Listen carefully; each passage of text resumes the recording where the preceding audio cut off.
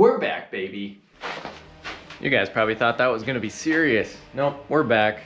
We're gonna start working on this puppy again. It's been so long since I took a video on this, so there might be some weird like clips of previous me doing work on this. For starters, have noticed that there is a coolant leak. Conveniently, back here, right where it's almost impossible to get to anything. So we got that on the priority list.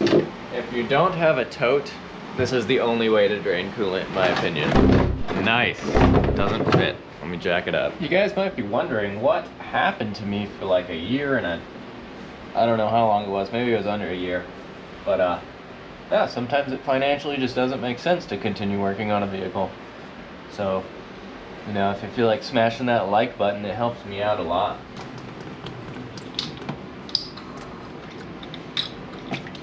Oh, look at that.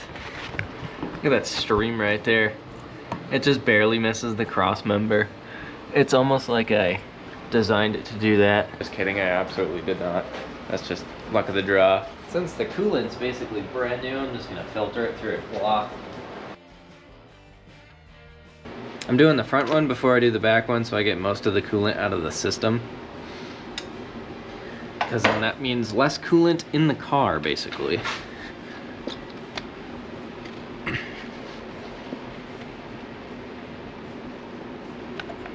Oh, I thought coolant was gonna come out of there for sure, but apparently not.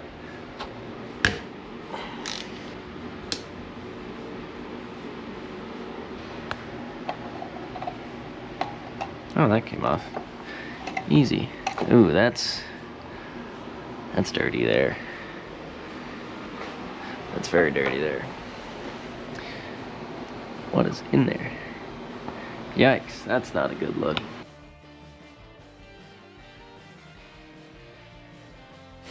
I've got the housing up here in this little cleaner deal, and should make some quick work out of that thing, and then I'll clean the other side that's actually on the block there. Anyways, I think I'm going to have an awful time removing this because I can't even see the other bolt.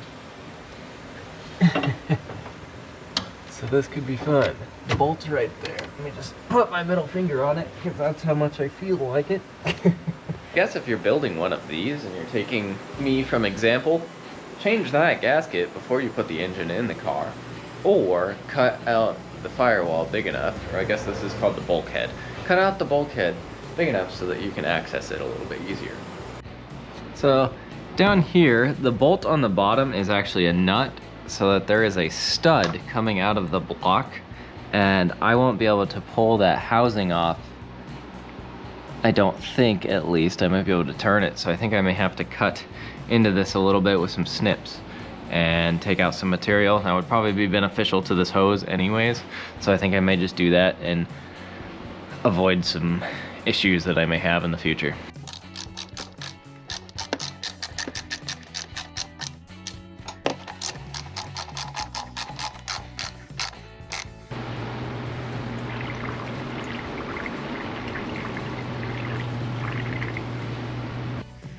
Alrighty, well, I filled the car back up with coolant. I bled the clutch a couple of times, so hopefully it works flawlessly. We will see, but this will be the first time it'll move because I want to get it out of the garage to bleed the coolant, because this car smells real bad when it's stuck in a garage. I assume it's just because it hasn't burnt off all the excess stuff in the engine from sitting for a long time, but let's see what happens.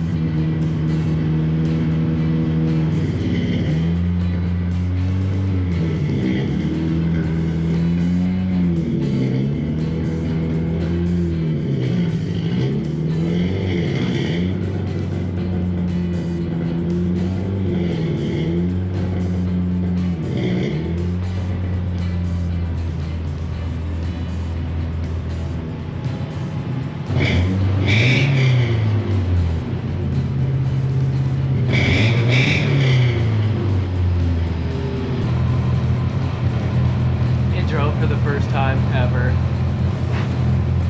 This is groundbreaking right here.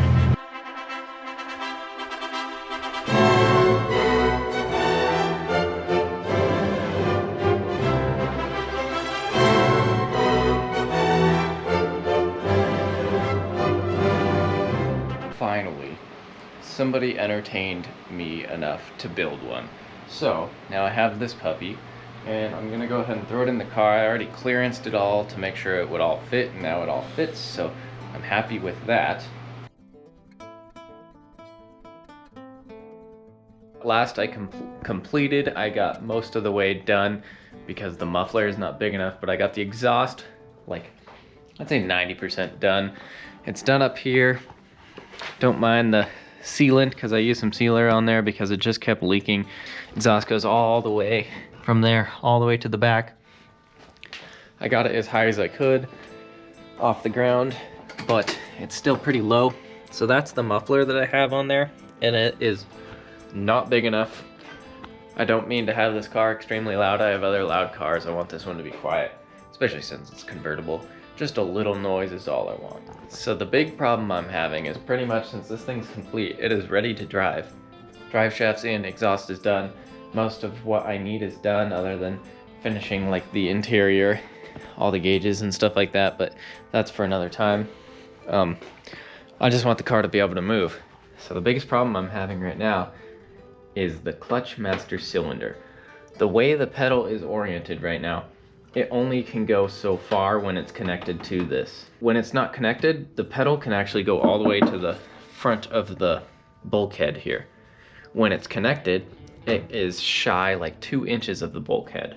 What's happening is this starts going on a downward slope. This requires a continued upward slope. So this is binding with this, and it's not allowing it to move enough fluid.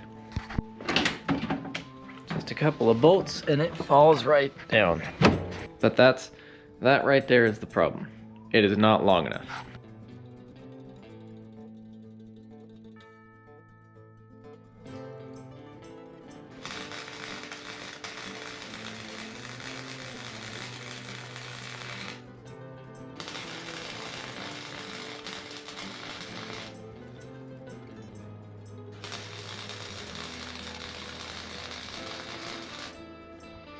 Alrighty, well here's how she turned out. I painted it already just because my welds never look very good, but it should hold plenty. I think this car just might be able to work. Popped open the garage. I'm gonna put it in gear and see if it'll inch forward, I suppose.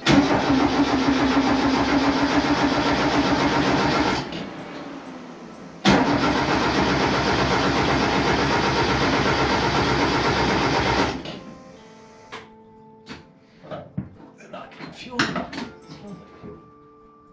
Oh, I have a fuel leak now. Injector O-ring fails now. And injector O-ring fails now. You gotta be serious. Look at that. Fuel pooling all over out of that guy.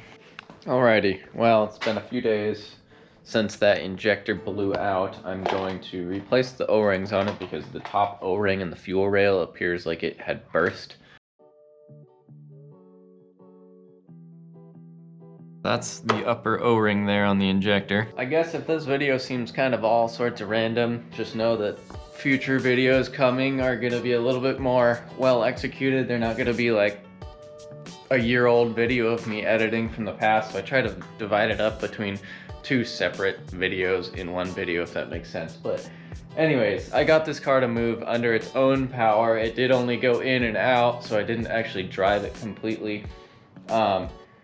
Top thing on my mind is redoing the motor mounts. So I don't know if you guys remember, but a long time ago I welded up these motor mounts, and you know, they're pretty okay. I feel like they would work, but I just don't want to risk it because obviously I spent so much time putting this engine in there that if this motor mount fails or the other one fails whatsoever, the crankshaft or the harmonic balancer here would come in contact with the rack and pinion, and you know, if that happens, the engine is pretty much worthless. I did go through and adjust the idle air control. So the reason in the earlier videos it was idling so high is because, so I had this cable slightly out of adjustment, so this was still just ever so slightly pulling on this throttle here. And then I adjusted the idle to an open throttle body, so that kind of screwed everything up, and I had to go back through and reset everything to the factory specs and then slightly adjust from there. But we're good now. If you like these videos, please consider liking, commenting, and subscribing. It truly helps me out a lot. But anyways, guys, I will see you in the next one.